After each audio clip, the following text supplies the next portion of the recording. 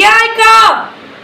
इस पेट में पल रहे 7 महीना की बच्चा उम्मीद कर रहा है अपने बेटे अपने का इलाज बचाने। अरे कौन कृष्ण के दलालों की जरूरत नहीं है, जिसके नाक के नीचे आए दिन गोलियों की बरसात। महिलाओं की सुरक्षा की बात होती है, आप मुखर होके लड़ती हैं, साथ देती हैं, उनकी आवाज बनती हैं। यहाँ पे रसूलपुर की यह घटना जो है काफी लगभग कहा जाए तो आज 9 दिन होने वाले हैं।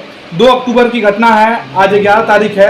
अभी तक कोई प्रशासनिक मदद इन्हें नहीं मिला है, सुरक्षा नहीं मिली है और सरकार से भी कोई ऐसी कहा जाए कि सहायता कहा जाए या सहानुभूति कहा जाए नहीं मिली है, जिससे इन परिवार को उम्मीद हो कि हम सुरक्षित हैं। इस पे आप क्या कहना चाहती हैं? हमारे देश का लॉ एंड ऑर्डर कैसा है ये सबको मालूम है और 1.5-2 साल से जिस तरीके से प्रशासन की मनमानी चल रही है ये किसी से छुपा हुआ नहीं है। वो वर्दी के रौब में सिर्फ और सिर्फ रंगदारी को बढ़ाने का काम कर रहे हैं, गुंडा को बढ़ाने का काम कर रहे हैं। जो काम वो वर्दी के रौब में जो गरीबों की आवाज के लिए उठानी चाहिए वो दरिंदा को बढ़ाने के लिए उठ रही है। तो कहीं ना कहीं हमारे बिहार में जिस तरीके से प्रशासन अपनी वर्दी का रौब पीड़ित परिवार पर उतार रहे हैं, काश उनकी जमीर जिंदा रहती और वो जमीर जिंदा करके अपनी वर्दी का रौब उस दरिंदे के परिवार के ऊपर दिखाता।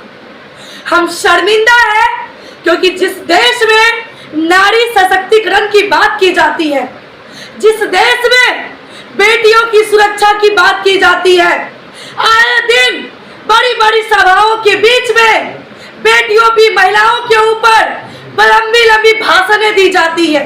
मेरा सवाल है उन सरकार से, मेरी सवाल है उन जनप्रतिनिधि से, मेरी सवाल है तमाम पदाधिकारी से और बिहार के डीजीपी से कि क्या सच में बिहार में महिला सुरक्षित है?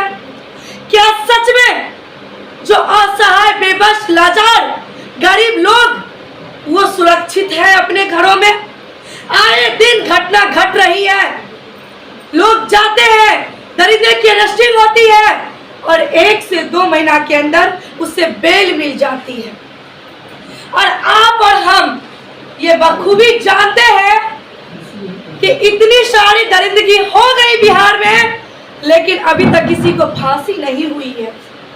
और हमें पूरा भरोसा है कि इस केस में भी वो बेल लेके फिर सरेआम घूमेगा, 6 महीना जेल में रहेगा, 5 साल जेल में रहेगा, लेकिन फिर वो घूमेगा, फिर वो ऐसे ऐसे गरीब लोगों को मोहरा बना करके उसे मारने का काम करेगा।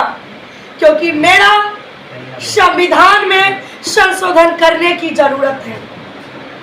हमारा सवाल है थाना प्रशासन से, यहाँ के जिला एसएसपी, डीएम से, बिहार के डीजीपी से और डीआईजी सर से, क्या आप लोगों को इस बेटी की आंसू नहीं दिख रही? क्या आप लोगों को इस बेटी की मांग सुनी नहीं दिख रही? इस बेटी की चूड़ी आज पुकार रही है अपने पति का न्याय का। इस पेट में पल रहे 7 महीना की बच्चा उम्मीद कर रहा है अपने बेटे अपने पिता के न्याय का। कौन देगा इस सुहाग का जवाब?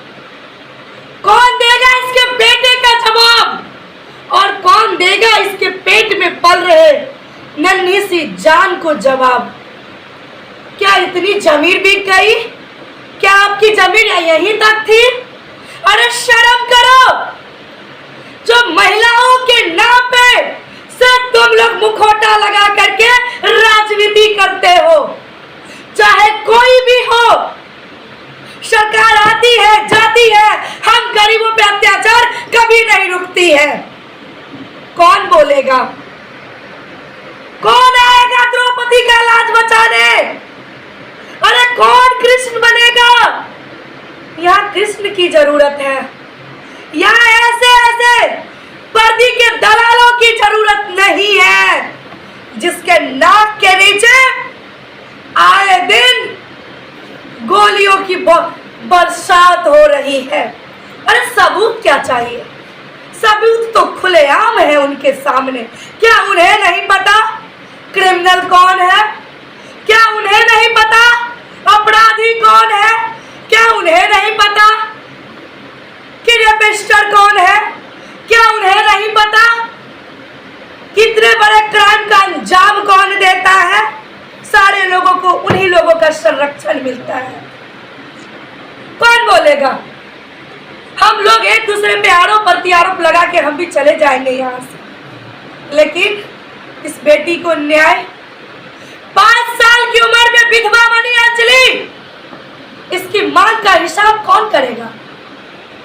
है कोई ऐसा कृष्ण आएगी इसकी लाज बचाने, इस परिवार को सुरक्षा दिलाने आएंगे कोई?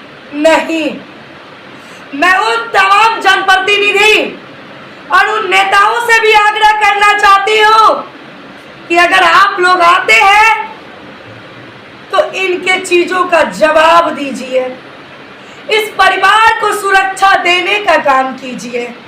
सदन में मुद्दा पे बात होनी चाहिए कि 22 साल की अंजलि विधवा बन गई, कुदरत की देन से नहीं, वो दरिंदे ने अपने ईगो पे आकर के अपनी ही बेटी, अपनी भतीजी को विधवा बना दिया। इस पे बात होनी चाहिए। हमें उन लोगों से इस परिवार को सुरक्षा में पैसा देने की जरूरत नहीं है। वो पैसा वो खुद रखे और हमें इस परिवार को न्याय दिलाने का काम करे। क्या मैं गलत बोल रही हूँ? नहीं। क्यों? क्योंकि 10,000 20,000 से हमारी कुछ नहीं होगी। हमें न्याय तब मिलेगी, इस अंजलि को न्याय तब मिलेगी, 7 माह के पल रहे पेट में बच्चे को न्याय तब मिलेगी जब वो दरिंदा सलाखों के पीछे जाएंगे। अब आप बताइए कि मीडिया बंधु यहाँ पे मौजूद थे, उसके सामने में कुछ दूरी पे फायरिंग हो रही है। क्या मैं झूठ बोल रही हूँ? आप लोगों से मैं जवाब चाहती हूँ, क्या ये बात झूठ है? ना सही बात है। सही बात है। क्या प्रशासन को ये बात पता नहीं? अब तो मीडिया लोग भी असुरक्षित है।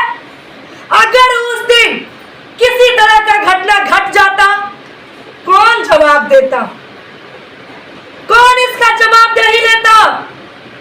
आखिर क्यों मौन है प्रशासन? कहीं ये उस परिवार से मिले हुए हैं क्योंकि वो दबंग प्रकृति के इंसान है।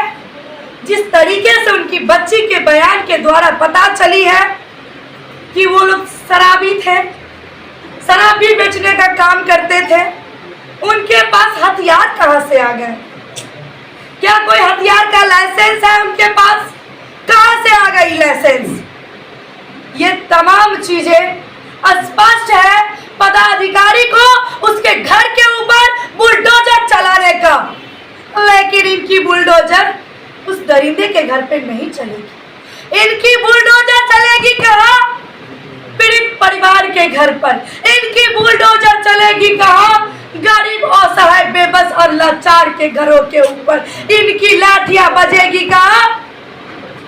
जो गरीब लोग इनके शराबबंदी कानून को उल्लंघन करने वाले, जो खुद शराब माफिया बड़े बड़े लोग शराब बेचने का काम करते हैं और उसमें हमारे मासूम लोग जा करके 100, 150, 1000 में लेकर के पी के इस दुनिया को अलविदा कहते हैं, उसके परिवार, इनकी लाठियां वहां बजती है। तो हमारी सवाल है कि कहाँ है जनप्रतिनिधि यहाँ के? कहाँ गए विधायक? क्यों ये परिवार ने वोट नहीं किया? कहाँ है मुखिया? क्यों? आप ही की जनप्रतिनिधि मुखिया की परिवार है। आज आपके उप मुखिया सुरक्षित हो गई, उनके चिराग बुझ गए, इनके पति चल गए, उनके भाई चल गए, और आप अभी तक इस परिवार को जिज्ञासा तक लेने के लिए नहीं आए। शर्म की बात है कि जब दूर दूर से लोग इस परिवार के न्याय के लिए आ रहे हैं तो फिर आप कहाँ हो? क्यों नहीं आ रहे हो? आखिर क्या ऐसी मजबूरी है जिसके कारण आप लोग बिक चुके हैं? मैं यही नहीं रुकूंगी, मैं अभी थाना पे थाना घेराव करूंगी और है हिम्मत उस दरिंदे के परिवार में तो मैं उसे कहना चाहती हूँ और इस परिवार को भी कि अगर आप लोगों को डराया धमकाया जा रहा है तो मरना ही है तो थाना पे मरिए, फिर मरिए थाना पे जा करके। अरे जब एक को मार दिया, पूरा परिवार को बार बार धमकी दिया जा रहा है तो चलिए फिर थाना। जब वो सुरक्षा नहीं दे सकता तो कम से कम हम वहां पे बैठ तो सकते हैं ना, ये तो मेरा अधिकार है ना। थाना पे मैं बैठ को अपने न्याय के लिए गुहार तो लगा सकती हूँ ना। और बताइए, एक गवाह बची है अपने पति का, उस परिवार का पूरा काला कारनामा को उजागर करने के लिए। अभी तक इस लड़की का बयान नहीं लिया गया है। क्यों? किस लिए? क्यों इतनी देरी? 2 दिन का टाइम चाहिए, 3 दिन का चाहिए, आज 10 दिन का हो गया और इस मामला को दबाने की कोशिश किया जा रहा है और ये स्पष्ट दिख रही है कि इसमें जनप्रतिनिधि शामिल है। महिला आरक्षण को लेकर बात किया जाता है हमेशा, लेकिन उस आरक्षण में क्या महिला की सुरक्षा की आरक्षण कब तक बिहार में लागू होनी चाहिए, इस पे कुछ बोल सकते हैं? कहाँ पे महिला सुरक्षित है? महिला आरक्षण की बात करते हैं, नारी सशक्तिकरण की बात करते हैं, बेटी बचाओ बेटी पढ़ाओ की बात करते हैं। हमें आप बताइए, क्या आए दिन बेटियों के साथ शोषण नहीं हो रही? क्या आए दिन महिला प्रताड़ित नहीं हो रही? क्या आए दिन बेटियों का रेप नहीं हो रहा? कहाँ महिला सुरक्षित है? ये लोग सिर्फ और सिर्फ माँ बहन बेटियों के नाम पे, महिलाओं के नाम पे ये लोग राजनीति करते हैं। ये लोग राजनीति करते हैं। अरे फुर्सत मिल गई हो, चाहती है जनगणना करके, अरे फुर्सत मिल गई हो आप लोगों को राजनीति का वोट बैंक करके, तो एक बार आइए माननीय यहाँ के जनप्रतिनिधि और यहाँ की सरकार इस बच्ची के आंख का आंसू पोंछने। अरे करते रहिएगा जातीय जनगणना, लड़ाते रहिएगा भाई बहन को आपस में और कटवाते रहिएगा, लेकिन इस बहन की आंसू को आकर के एक बार पोंछ कभी तो देखिए। अरे देखिए तो आखिर ये बच्ची आप सभी से न्याय की गुहार लगा रही है आंचल फैला के। मीडिया कम्युनिकेशन ऑफ इंडिया के तहत एक रिपोर्ट आई है कि हर साल नहीं भी तो 100 से 200 तक जो है ऐसे कपल्स का मर्डर कर दिया जाता है जो लव मैरिज किए हैं। इस पे कानून बनना चाहिए कि नहीं? बिल्कुल बनना चाहिए। हमारा कहना साफ है कि जिस तरीके से दरिंदगी हो रही आए दिन और स्पष्ट तौर से वो स्पष्टीकरण भी हो जाता है कि इस मामला में ये दोषी भी है, लेकिन उनको 6 महीना, साल भर, 2 साल भर जेल के अंदर रखा जाता है और उसके बाद वो बेल लेकर के बाहर बाइज्जत ऐसे सरेआम घूमते रहते हैं। तो लॉ एंड ऑर्डर में, संविधान में संशोधन करने की जरूरत है। जो आखिर बताइए, आज अंजलि का सुहाग उजड़ गया, ये दरिंदा भी अंदर जाएगा, फिर 6 महीना, साल भर, 2 साल में, 5 साल में बाहर निकलेगा, उसका मनोबल बढ़ेगा कि नहीं बढ़ेगा? उसको तो लगेगा ही। और कहते हैं जो भी क्रिमिनल लोग हैं, जो भी आरोपी हैं, वो कहते हैं कि जेल है तो बेल है। ये तो लॉ एंड ऑर्डर को धजिया उड़ा के हमारे देश में लोग रखे हैं। तो संशोधन करने की जरूरत है संविधान में, ताकि हम जैसे लोगों को, असहाय बेबस लाचारों को न्याय मिल सके। अभी हम लोग इनको लेकर थाना पे जा रहे हैं।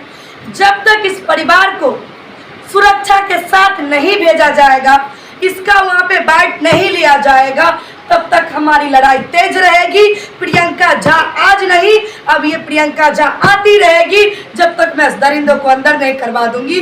हेप्टा फाउंडेशन के चेयरमैन शशिधर सर बैठे हैं, पूरे हेप्टा फाउंडेशन सर भी लगे हुए हैं, पूरा टीम भी लगी हुई है।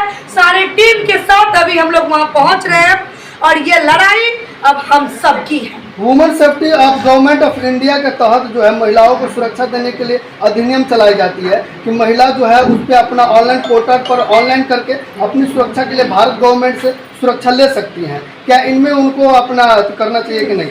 देखिए बिल्कुल करना चाहिए। मैं तो कहूँगी कि देखिए कोशिश करने में क्या जा रही है, जब आपने हर तरफ से कोशिश किया तो ये भी कोशिश किया जाए। और मैं कहूँगी कि ये अपना ईमेल कर दे या तो आप पोस्ट ऑफिस के द्वारा भिजवा दें, चाहे जैसे भी हो। मैं इनको बोलूँगी, मैं करवा देती हूँ संस्था की तरफ से। हेप्टा फाउंडेशन के चेयरमैन सर खुद बैठे हैं, वो खुद करवा देते हैं।